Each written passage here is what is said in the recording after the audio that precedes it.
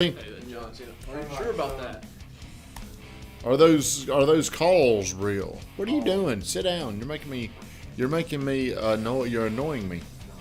I'm sorry, that's my fault. Thank you, Drew. Thank you for stepping up while Josh is sitting there worried about his damn bodybuilding career that's going nowhere. When's your first show? When's your first bodybuilding competition? This weekend. Who do we have coming in? Is that Joe Rich? I can tell it's Joe Rich. Today's golf day. Josh, Kalen, Moonga, Mr. Moonga, Moonga, I'm going to give you a call today. Everybody, happy Friday to you. If you're on here, let me know you're on here. Say hi. Don't be annoyed. It's very early. I can't help it, Mr. Moonga. Who was I annoyed at? Me. Whose fault was it? Mine. Yeah, I like that. We're getting things done around here. I like it. KK, will you do me a solid? Pay attention. Hey, Darcy, would you please pay attention like you did the other day and save the day so Van doesn't have to come in here and do that? I appreciate it. It's my fault. I like that. Now, look, why before we get into 60, let's go ahead and get into 60 seconds of gratitude. After that, we're going to go over my fault. A lot of people don't understand what it means to be my fault. Let's start 60 seconds of gratitude. If you're on here, share the stream. Maybe one person will watch and one person might get inspired. Hayden, 56 phone calls, 3 appointments. Talked to 6 people yesterday, 56 people. I like that. Low Rima, Miss Consistent. She's always up there.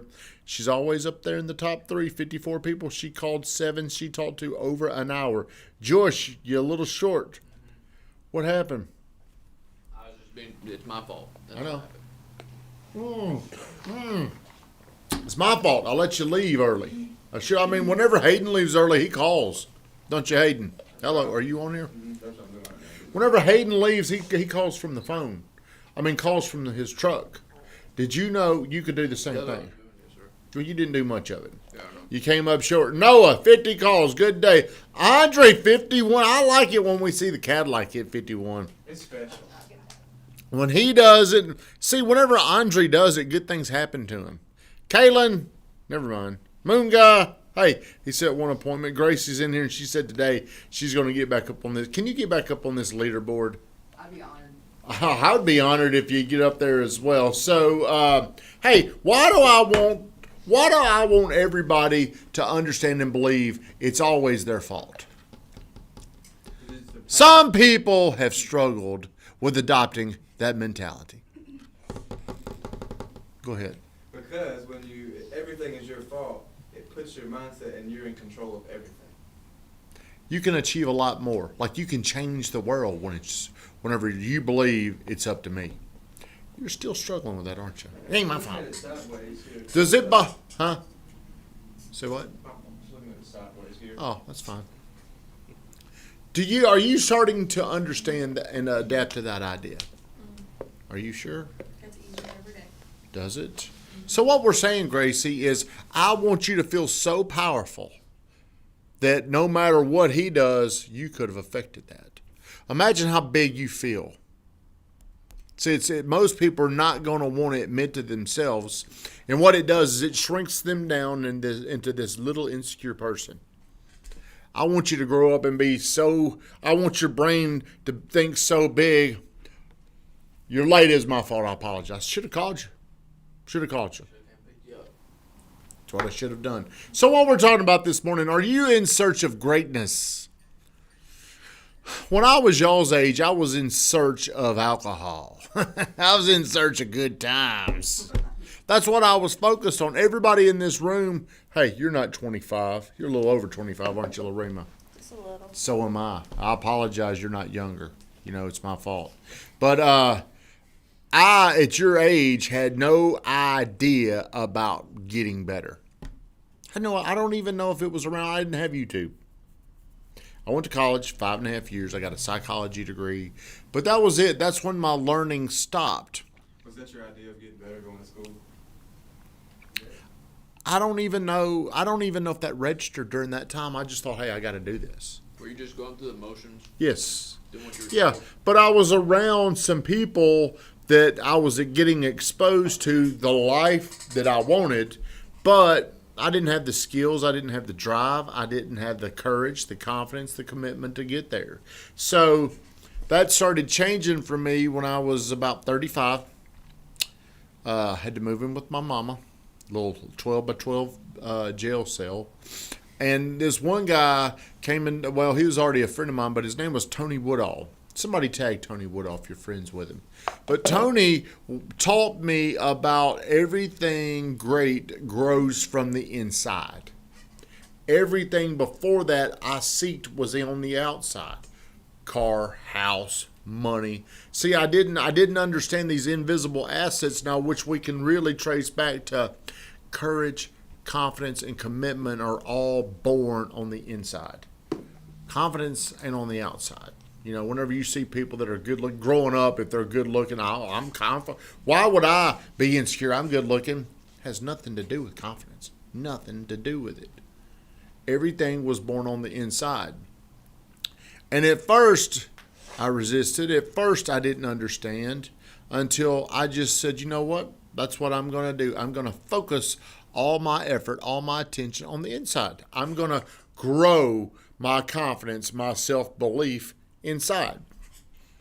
And a crazy thing happens whenever you start learning. Whenever you start something, whenever you're learning, your brain becomes more curious and you want to learn more and more, and it kind of snowballs. And it like your commitment all of a sudden to your body. Like, how curious are you now about becoming a bodybuilder or whatever it is you want to be? You see what I'm saying? Your mind, the more you apply to it, the more curious it becomes. And then a few years later, when I started hanging out with Coach Burt all the time, he really helped because he was always hungry to improve. Like, getting around one person can completely change your life. And when I was around him, I saw the way he would read and study, and he was really helping me with his personal development. So for probably 5 years, I started really pursuing my potential. I was in his programs. I was learning how, like the same things he preaches today was what he was teaching back then. And I got involved in that, and I didn't know it at the time, but I was really searching to become great. Okay. And then I got with Cardone, and I'm pursuing all these things that I teach you guys every single day. Every single day, I'm teaching you guys what it was that it took me forever. Now, what sucks is it took me forever to learn it, and I feel like now you guys can almost learn this stuff in a week. You know, how quickly you guys have learned. Like, God, why did it take me so long? So whenever I got in with Cardone, one thing became more clear. If I want to become great, I can't be alone. Great people have people. So what I've decided I was going to do, I remember one time John said, do you want to be a real estate agent or do you want to be a personal development coach? It was something like that. And I'm like, I don't know.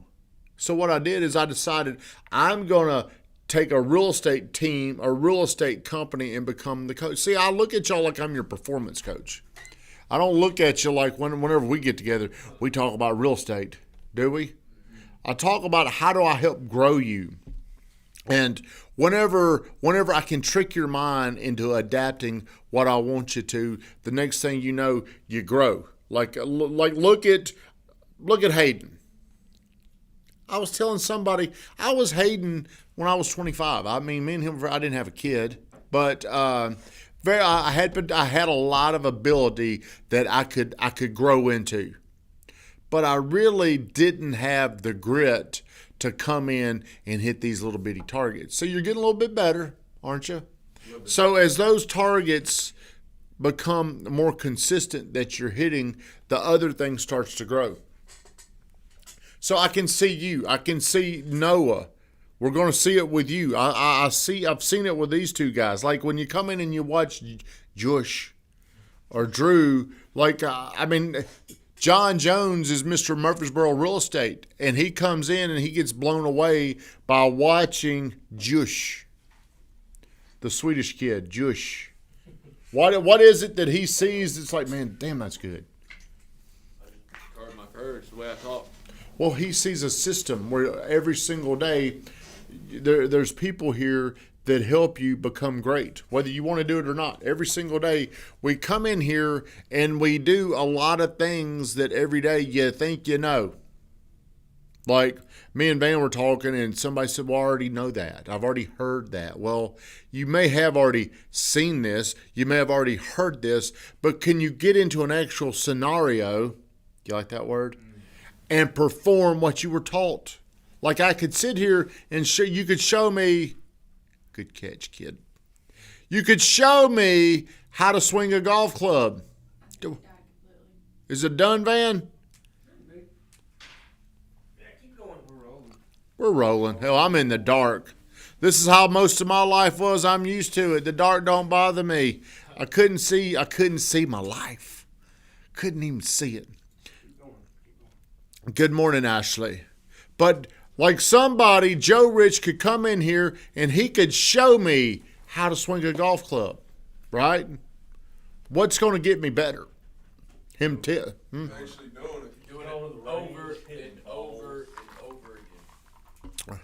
Fam, I don't know what happened. I think the battery just. we do know what happened. What happened, everybody? It was my fault. I should have changed the battery. My fault. Sorry, man. I apologize. You're good man. Mr. Moon Guy says he can hear. Now look, it's one thing. Hey, as long as you can hear me, that's all I care about. Story time. Joe Rich could come in here one day and he could show me how to do it. He could come in here for a week every single day and show me how to do it. He could come in here for a month every single day and show me what's going to really happen. You doing it. Me doing it over And over and over. You've got to go to where you're so bored. Like y'all are bored doing role play. I'll see y'all. Hey, we got something large or small. I mean, I see how bored you are in the role play. So what do I have to do to get you to not be bored? spice it up a little bit. No. Just think. I got to come in here and tell you, hey, quit doing like that. I want to simulate what it's like to call somebody. Have you ever wondered what it's like when you're doing role play and I get up in your face? What do you think I'm trying to do? Make it uncomfortable. I'm trying to make it uncomfortable because whenever you're calling people, it's an uncomfortable situation. And when your brain is uncomfortable, what it knows, it really shrinks down. And what people will do whenever their brain is stressed, it will drop to the level of training. See, one day, hands down, we will be, I can already say this, we are the most trained real estate team in this area, hands down. And you are to tell people that. Why should you tell people that, Josh? We take pride in what we are. Is that who could say it better? Why should we say we're the best trained real estate team? I mean, because it puts us leaps and bounds above everybody else here in Rutherford County, and it helps us, especially in this hard market, to do what we are able to do whenever it comes to winning multiple offers. Whenever I tell y'all fact finding or whenever you're saying things, you got to always go what. You could say what we do. You could say why we do it, but how do we do it?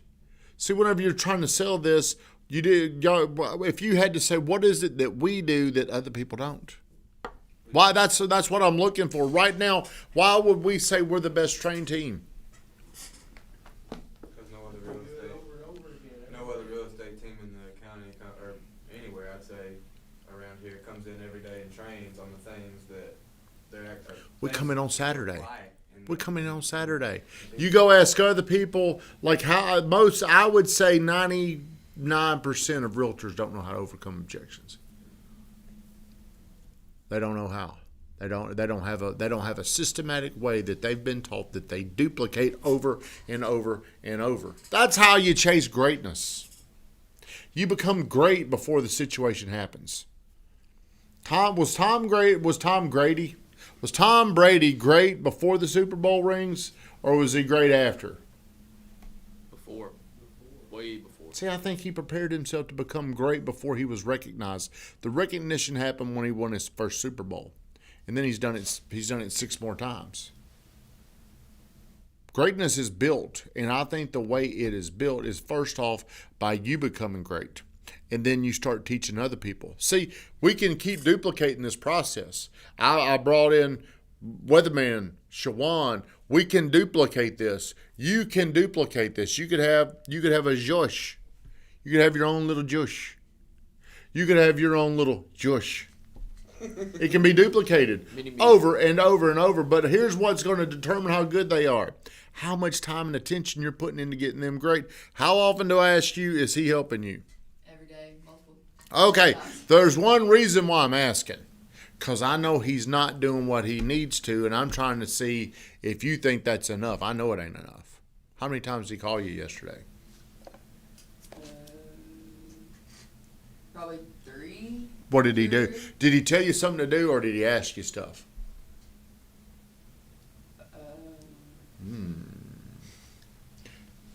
He was asking. Okay. What did he ask? We were talking about a show. He was going to show a house. Who thinks she's trying not to tell on him? Hey, Trying not to snitch. She no snitch. Do you feel like you need to do more with her? Yes. Yeah. Well, there's a little secret. Whenever you decide to take the accountability and start helping other people, that's when your greatness really multiplies, because you become a lot better when you start teaching. That's my fault. He's not doing a good enough job. Well, I agree. Because I've come to you several times. I need you to step up and start doing this. I need you to start doing this. Hey, remember those 14 times I said you need to start doing this? You need to do that because that pushes you up, makes you better.